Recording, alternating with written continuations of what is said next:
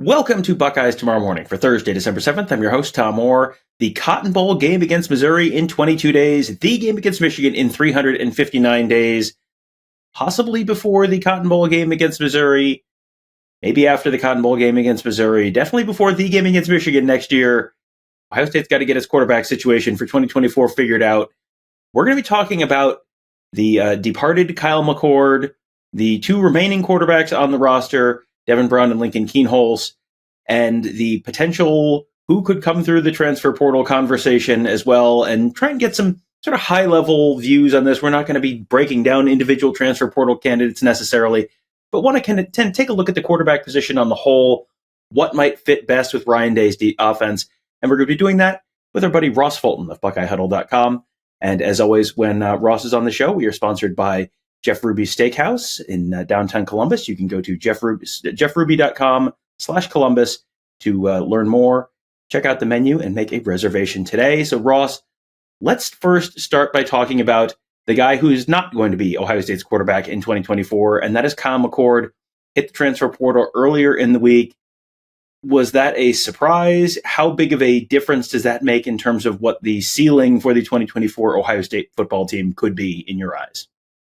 It was a surprise to me for sure. I don't know how much it changes the ceiling. I guess it depends on what happens exactly. But I think that it could cut both ways, right? So I think that it definitely increases the variance involved. As we've discussed throughout this past year, I mean, I think I was pretty supportive of McCord overall. I mean, I think he had certainly plenty of nice moments. I think that, they were good enough to beat Michigan with McCord, but for, particularly the first interception that we talked about last week, I think on the flip side, I think it would be difficult to make an affirmative case for what McCord's plus traits are at this point. Like, you don't see, it seems to me at least, like NFL scouts banging down the door about like his potential, even if it's not this year, like the following year. It seems like, at least based on the various rumors you see around about his potential landing spots as a transfer, it's not like the top tier of college football teams banging down his door. So I think I understand why Ryan Day was not automatically ready to commit to him for a second season, because I do wonder, again, if you're rolling the dice somewhat, but I think there's a potential for more upside with someone who can make more plays both in and out of the pocket. And we talked about that, McCord is like, can get the ball out. Like, he didn't, hold the ball too long and take a bunch of sacks, or force the ball into double coverage a bunch. But at the same time, it wasn't like he was generating offense either through, pushing the ball downfield into tight windows, making plays outside of structure and the like. So when you look at the Ryan Day offense, and I know that that's a little bit of a moving target, but when you're looking at what Ryan Day likes to do, wants to do on offense, who is the platonic ideal of a Ryan Day quarterback? Is it Justin Fields? Is it CJ Stroud? Is it someone who has played for another team and has not been a Ryan Day quarterback? And in your mind, is Devin Brown or Lincoln Kienholz, if those are the two main contenders for 2024, which of those guys is potentially a better fit for what Ryan Day likes to do and wants to do on offense? Yeah, so I think that it's hard to choose. I mean, choosing between Justin Fields and CJ Stroud, obviously they have their pluses. I think I'm at a point where I would say that the run game would be helped by someone who could make plays with their legs. I do think that obviously Justin Fields could do that. I think there's other things that they can do to help the run game, like we've discussed this year, in terms of the diversity of it and not being so reliant on a couple of concepts.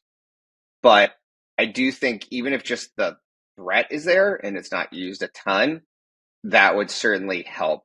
I think that you'd want probably somewhere in between. Like, each player is unique and they each have their own strengths and weaknesses.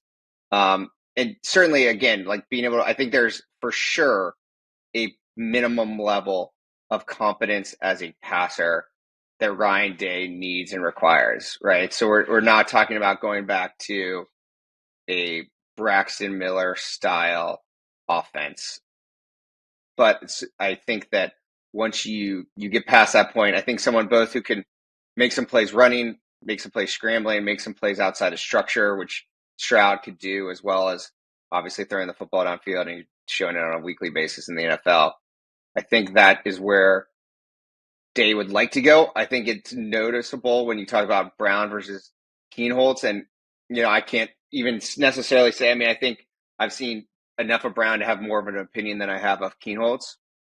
I think it's noticeable that post Kyle McCord, the 3 quarterbacks that Day has recruited all, I think, add something as an athlete in terms of both just being able to run the football, being able to make plays, again, outside of structure.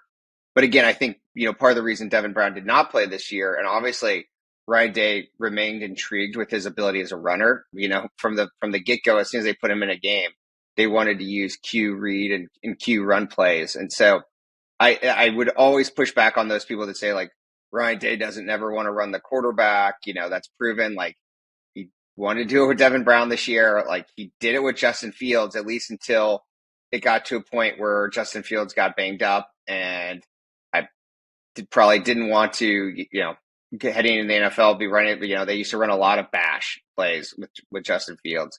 So I do think that is an element that I think probably Ryan Day would like to go back to having. I think both those guys bring it. So then the question is, but at the flip side, like, Devin Brown just wasn't quite accurate enough this year in the plays that we saw him. So again, we go back to that. You have to have a certain threshold. And so, I'm not convinced personally that the answer is either of those guys next year. Mostly because of, I guess, partially what I saw from Devin Brown this year, partially because I just don't know if Kienholz is, like, physically going to be ready. So I certainly think that the transfer portal probably remains a viable option for Ohio State. All right, so let's talk about the transfer portal, and of course the grass always being greener on the other side of the fence. Everyone in there obviously a better option than the 2 guys on the current roster. That goes without saying. However, I'm kidding. Who in the portal, though, is intriguing to you as someone who really could be a material improvement in the 2024 team? Yeah, I mean, I think someone like a Cam or Riley Leonard. I mean, I think, again, that you're trying to thread the needle between someone who has plus arm talent, can make throws downfield, but also brings, again, a little bit more of a playmaking element to it. I think the benefit of both of those guys, or someone of that ilk, as opposed to someone who's younger, like a Dante Moore, for instance, is that, to me, if you bring in, I mean, just this is the reality of it. Like, let's say you bring in a Cam Ward, like, I would assume that Devin Brown would transfer, and that would be my advice to him at that point. But you don't lose Kienholz, you don't lose Air Noland, you don't, like, versus if you bring in Dante Moore, you probably pretty much blow up your quarterback room, which is, essentially what happened when they brought in Justin Fields. However, I think the situations are different. A, I think that Justin Fields was a pretty much can't miss at that point, and B, they did not have the level of talent in the quarterback room in 2019 that they have now. So I think you have to weigh that, and, like, in the repercussions too, in terms of, recruiting in the future and the impact. If you become too reliant on the transfer portal, it can burn you. So I think that, but if you have a senior or a 1-year guy, then that sort of can limit that concern a little bit. So, we're talking there about how much time the guy has left in the system. How much of an improvement do you need if you are viewing this as you bring someone in, you're almost certainly going to lose Devin Brown? How much of an improvement do you need to have from, Devin Brown / Lincoln Kienholz to whoever you bring in? Because, I mean, this guy's 1.5% better might not be worth the risk of losing Brown and, potentially Kienholz. And how much does having a 2-year head start for someone like Devin Brown, how much does that matter? If a guy's 5% more talented than Devin Brown, but Devin Brown's been in the system for a couple of years, how much, how do you balance out? How do you sort of make a decision there? How much of an improvement do you have to have before it's worth it to bring in someone else and risk losing your, one or more of your current guys? Yeah, I mean, I think at a baseline, Ohio State's quarterback next year better be better than Kyle McCord was, or obviously the decision did not pay off. So the one thing you can say about Devin Brown is he did not beat out Kyle McCord this year. And so you have to, obviously Ryan Day and his staff are going to have a much better feel just having seen Devin Brown in practice than anyone else can. Whether they think that with another year of development, he can be better than McCord was this year versus bringing someone else in. So I agree with your general premise. Like, if you're bringing someone else in, you have to think that like they're a definitive upgrade over both Brown and McCord. Being in the system, I think it depends partially like who you're getting, whether, I think Cam Ward would at Washington State, for instance, like, he ran a lot of similar concepts in the pass game, for instance. So I think that creates some familiarity. And we obviously saw Justin Fields quickly get into what Ohio State and Ryan Day was doing. So I don't think any of these are end all be alls, but I do agree with your premise that it takes some deep soul searching on Ryan Day's part about trying to evaluate someone they know very well versus someone that they're essentially going to be watching on film and probably getting input from other coaches on how much of an improvement you're going to make. And then also weighing again, like, is this a 1 year? Essentially, to me, it's a lower bar for a 1 year trade of, are we going to trade Devin Brown essentially for whoever that portal quarterback is versus like, and then, how you feel about Lincoln Kienholz and Air Noland after that versus like a bigger long-term commitment that could change the entire room. So I think it's really to them, like, getting down to brass tacks, like, hey, do we think Cam Ward's better than Devin Brown's going to be, for instance? All right. Well, we will find out what they think. We will find out how that all shakes out in the transfer portal. Ohio State, of course, would not be the only school going after Cam Ward. Almost called him Cam Brown there. That's a whole different Ohio State football player.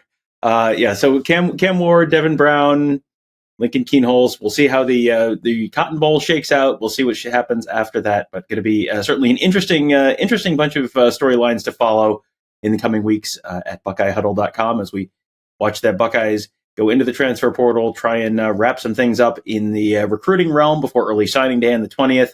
And, of course, get ready for that Cotton Bowl game. Can be a lot of younger guys probably getting a chance to play in that one and get the chance to see some of the Buckeyes of the future playing right now and get a good sense for what the 2024 team might look like. So a lot of interesting stuff happening there at BuckeyeHuddle.com and, of course, at YouTube.com/BuckeyeHuddle. And finally, thanks again to our friends at Jeff Ruby Steakhouse, the award-winning upscale steakhouse in downtown Columbus, named one of the top 50 steakhouses in America by Food Network. You can get a table, check out the menu, and much more at jeffruby.com/Columbus. That will do it for today. Thank you guys all for joining us. Have a great day. We'll talk to you tomorrow.